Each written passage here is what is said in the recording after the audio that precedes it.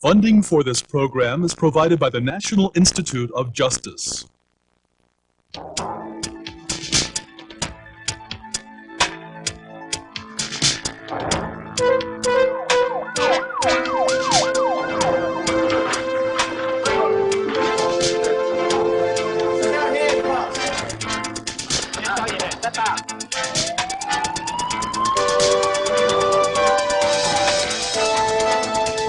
Residential punishment, 19 years, Texas Department of Corrections.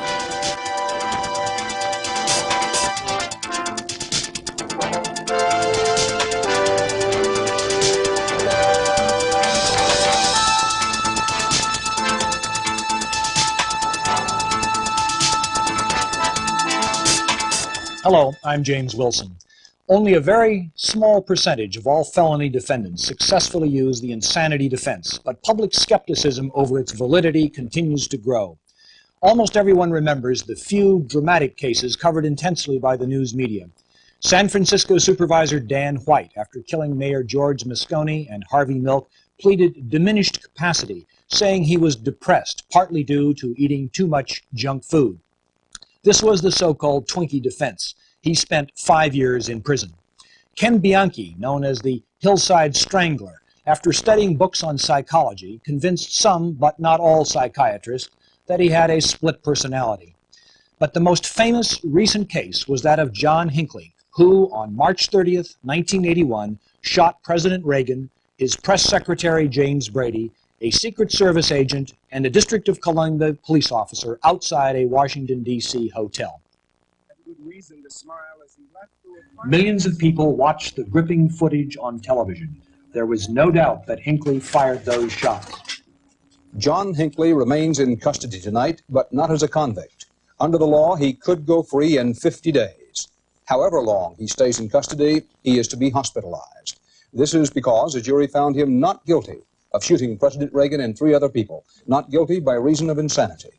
The defense argued that Hinckley was not in touch with reality, that he shot the president to impress actress Jodie Foster.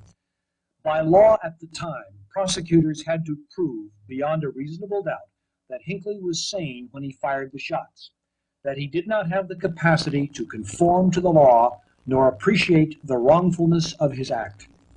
How would you feel if your intelligence told you one thing and the system said another? ABC News conducted a nationwide poll the day after the verdict. 75% of those responding said justice had not been served. That same day, the Delaware legislature passed a law providing guilty but mentally ill as an alternative verdict in insanity cases. The American public has raised the question, appropriately, as to whether the criminal justice system can deal with violent crime, and whether or not the legal technicalities weigh too heavily in favor of defendants. Since then, the federal government and a growing number of states have changed their insanity defense laws, putting the burden of proof on the defense, not the prosecution. Despite the demand for changes in the law and public outrage over a few well-publicized cases, the insanity defense is rarely successfully used. Maryland is a typical state. Each year, only about 40 people are found not guilty by reason of insanity. They're sent to Clifton T. Perkins Hospital for the criminally insane. Henry Howard has been a patient at Perkins Hospital since 1982. I was having a lot of strange thoughts, and they call them delusions. I was having paranoid schizophrenia. And I was listening to the radio and hearing messages from God and Satan. Finally, I bought the gun, and I went to it was a gun store, Baltimore Gunsmith on South Broadway. And I went in and I said, I want the most powerful gun you have that shoots the most bullets. I murdered 4 members of my family. My mother, my grandmother, my aunt, and my uncle. A few days after the murders, Howard was arrested. His lawyer filed a plea of not guilty by reason of insanity. He was sent to Perkins, where he was evaluated by a team of psychiatrists and social workers. It was a unanimous decision of all the staff members that Henry has a mental disorder, and the mental disorder is paranoid schizophrenia. They found him competent at the time, but not responsible. He later was found not guilty by reason of insanity and sent back to the hospital. When we have determined that someone is mentally ill, it serves no purpose to put them in a prison. I don't think, we can say they're paying for their crime. To me, it's more important to sort of help that person get well. The only reason I did it was because I was sick. It wasn't because I wanted to. I didn't want to. I struggled for years not to do it. But the illness grew on me, and I just couldn't cope anymore and couldn't function. While the judge and state attorney in the case agree Howard was insane and should receive medical treatment, they also believe Howard should have stood trial and been found guilty by the courts. I think Henry Howard is appropriately placed at Perkins Hospital, but I would have preferred to see him labeled as guilty of these murders and then sentenced to a mental health institution. I don't believe that the record should reveal for the future that that individual was not guilty of the crime, because he was guilty. They were guilty. In the Hinckley case, we all saw it. In the Howard case, everybody knew it, and he admitted it. And in fact, he enjoyed it. So it's not a question. And yet the record, the dockets will reveal not guilty. But Howard's attorney, Michael Ramsey, maintains that the insanity defense is necessary. I think Henry Howard is an excellent example of something that happened to someone that was very terrible. He was involved in a very heinous crime. But because of the way our law is, he not only is removed from society for a while, but he's afforded an opportunity to be helped. Here to discuss these issues are Dr. Jonas Rappaport, Chief Medical Officer of the Circuit Court for Baltimore City, Maryland, Lowell Jensen, Associate Attorney General of the United States Department of Justice, and Norval Morris, Professor at the University of Chicago Law School. Dr. Rappaport, you are a psychiatrist. You were involved to a degree in the Hinckley case. Let's clarify to our audience what was at stake. First of all, what was the legal definition of insanity at the time Hinckley was tried? In the District of Columbia, the legal test in the federal courts was whether, at the time of the crime, because of a mental disease or defect, he lacked substantial capacity to appreciate the criminality of his behavior, or lacked substantial capacity to conform his behavior to the requirements of the law. So in addition to the medical question of a disease or defect, there were two legal questions. Did he understand the wrongfulness of criminality of his act? We'll call that the cognitive issue. And secondly, did he have the ability to conform his actions to the requirements of the law? So that's the question of volition. Now, what did the psychiatrists in this trial testify about? To what issue? Well, the psychiatrist testified, one, to the issue whether he had a mental disease or defect and what it was, and then secondly, they testified, or attempted to, as to how this mental disease affected his behavior, his ability to know, to appreciate, and his ability to conform his behavior. And what was the general thrust of the psychiatric testimony? Did the psychiatrists on each side agree on any matters, or was it just a total disagreement? I think it was clear that they all agreed he was sick. There was no question. In fact, if John Hinckley wasn't sick, we're all in trouble. So there was no question that he was sick. They disagreed as to the severity of his illness in terms of how it affected his thinking and his behavior. So that the defense psychiatrist tended to say clearly he had a mental illness called schizophrenia, which is generally considered to be severe, and that this affected his behavior in such a way that the thoughts he had about Jodie Foster were delusions, and that he probably hallucinated or heard voices at times. Delusions are false fixed ideas. Now, what did the prosecution say? The prosecution psychiatrist said, no, indeed, he has some problems, he is ill.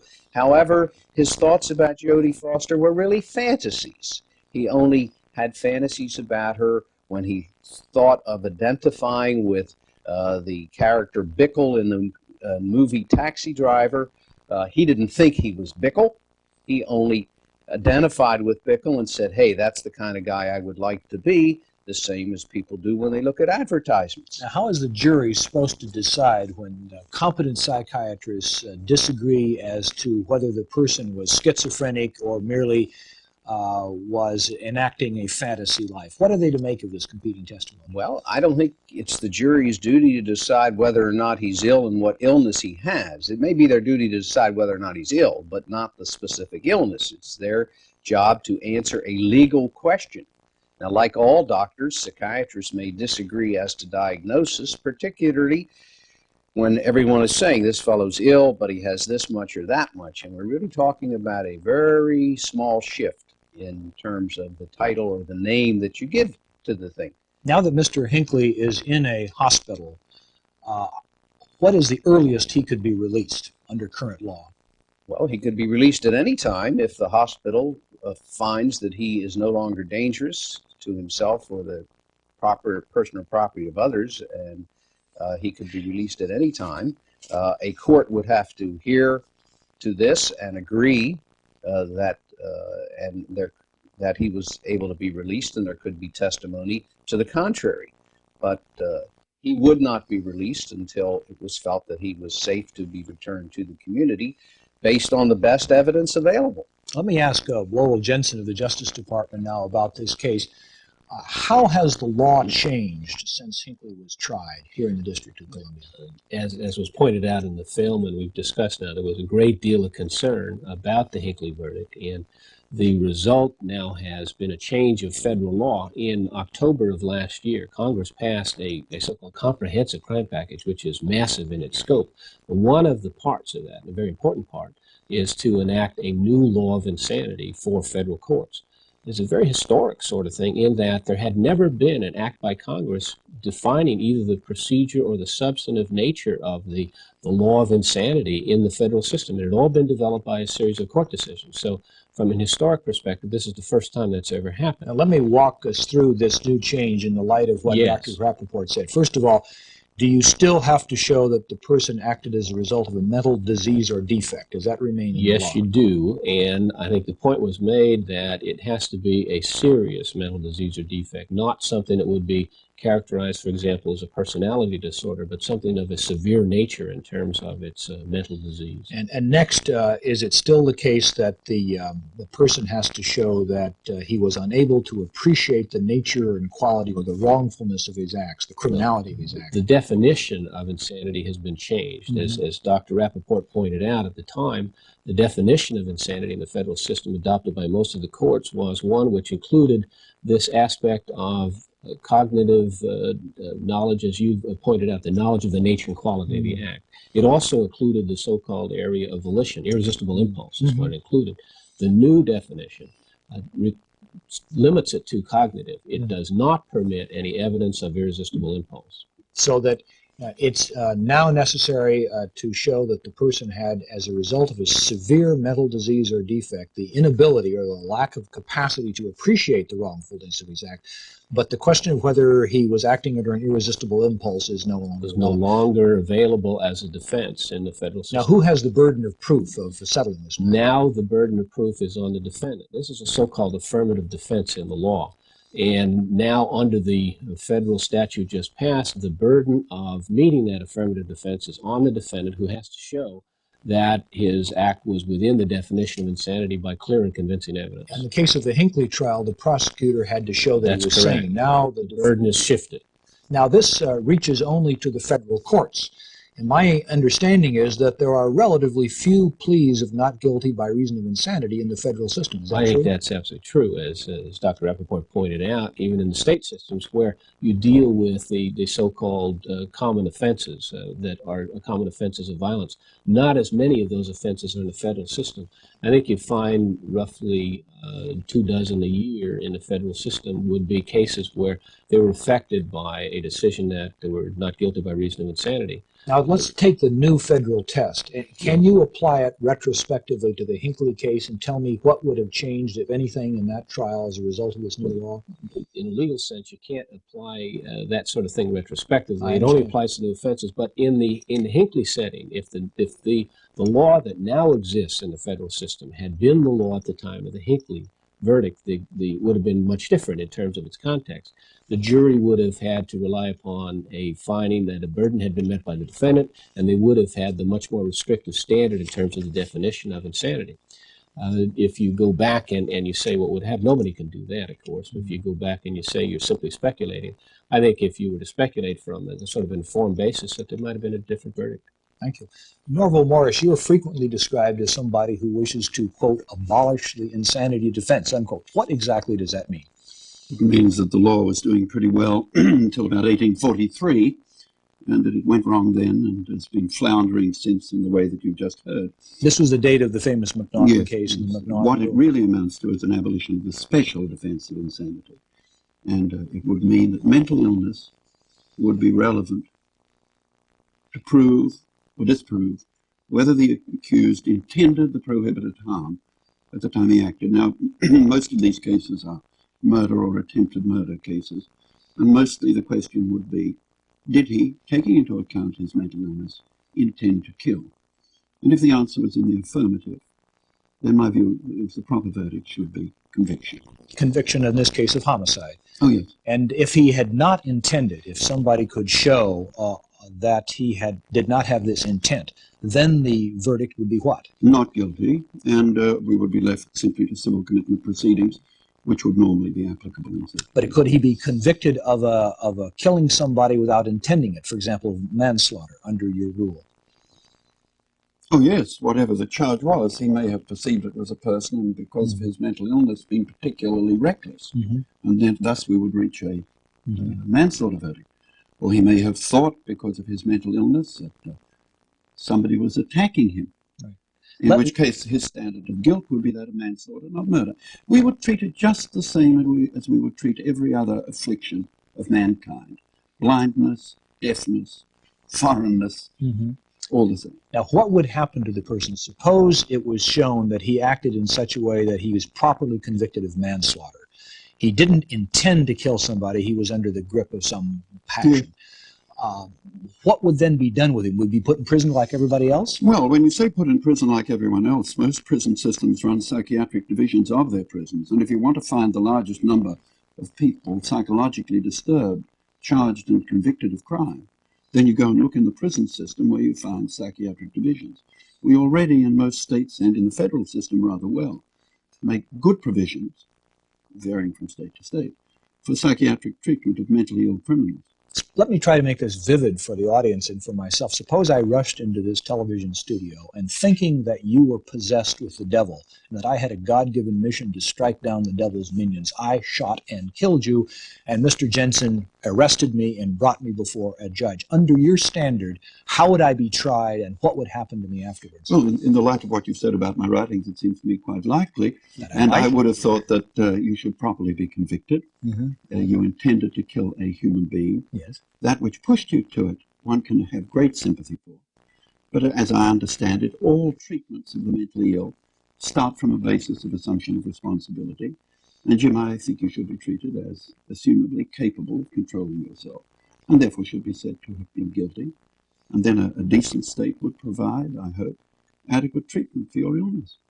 Can we assume that the state would provide adequate treatment absent the specific finding by the court that this person was not guilty by reason of insanity? Well, it does, in fact, for many psychologically disturbed criminals who do not plead not guilty by reason of insanity.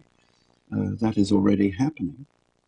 This is an artificial group that we isolate for these very precious philosophic discussions. I understand. Let me supply your test to the case of Dan White and the so-called Twinkies defense. Would your standard, in place of the then operative California standard, made a difference so far as you can tell in the outcome of that case? I don't remember the details of the case, but I would have thought that he should probably have been convicted, yes. But convicted of homicide or convicted of manslaughter?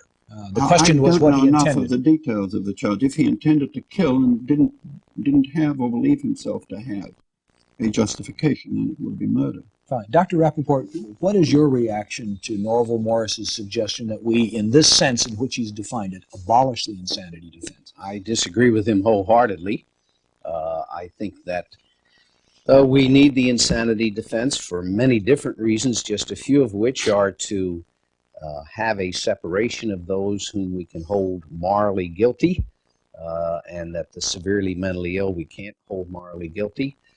I think that we need a separation to give some temperance, so to speak, some increased variableness to our criminal justice system and its harshness. I totally disagree with Norval in his statement that the correctional system has treatment programs. The treatment programs in correctional systems, perhaps 10% of them would meet any muster. The rest are totally inadequate, and in fact, it's very difficult to run a treatment program in mental health in a correctional system.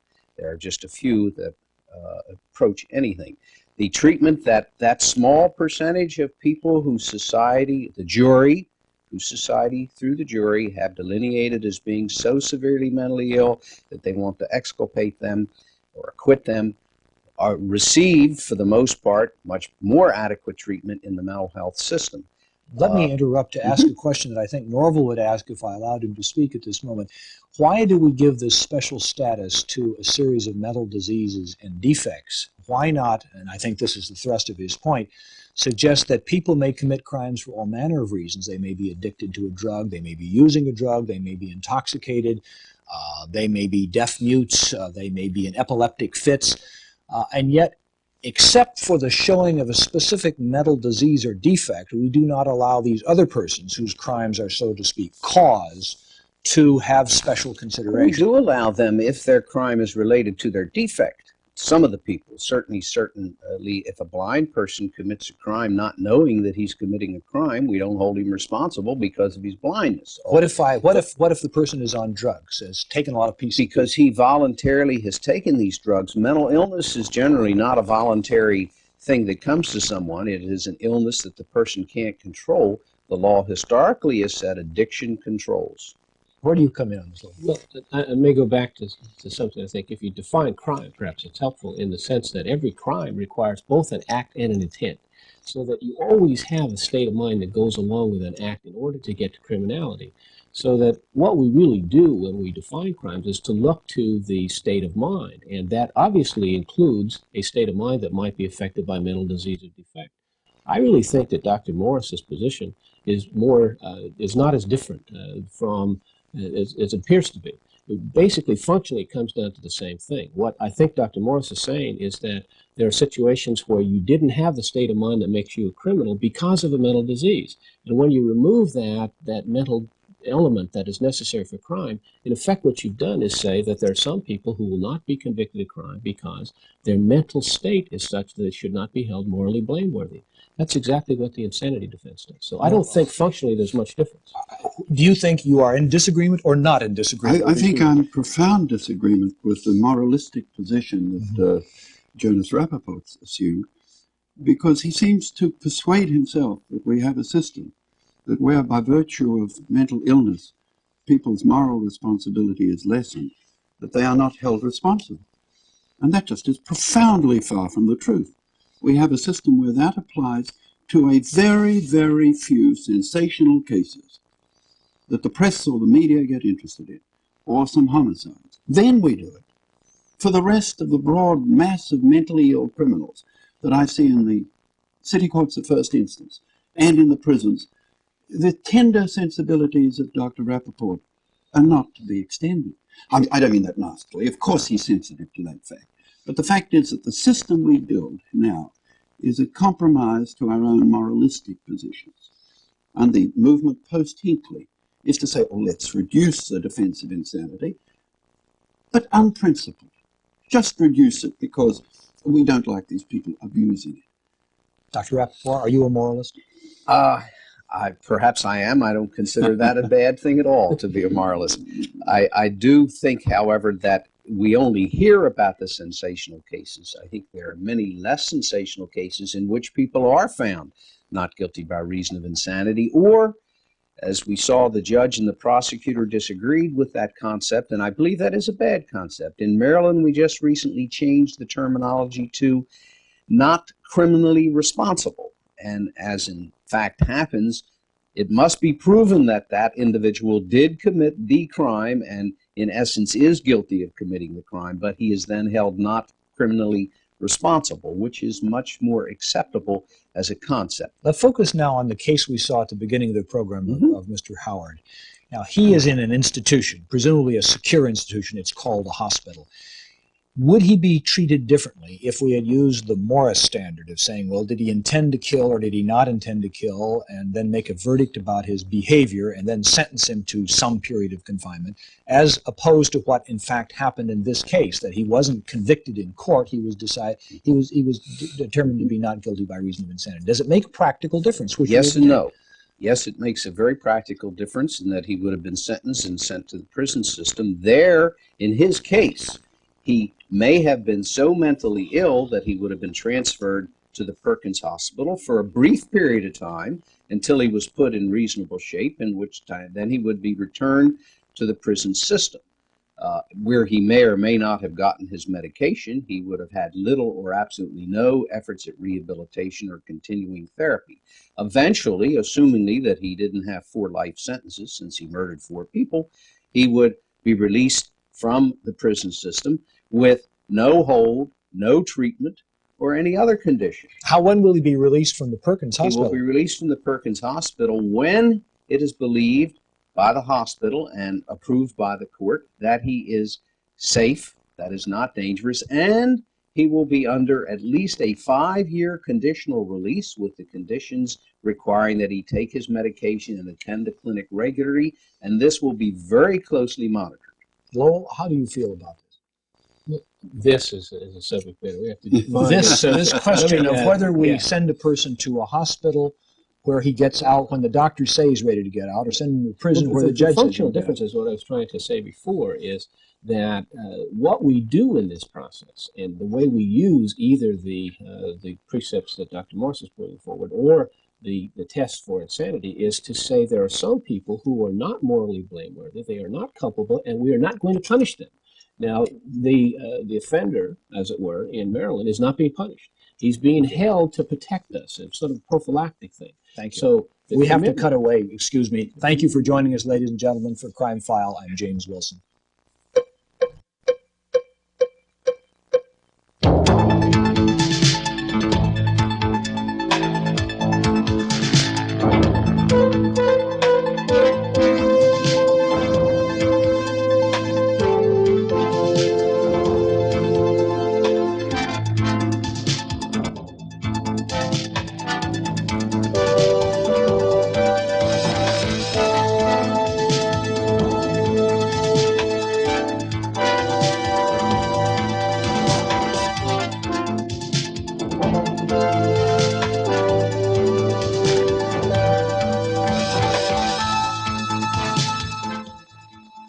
Funding for this program was provided by the National Institute of Justice. This program was produced by the Police Foundation, which is solely responsible for its content.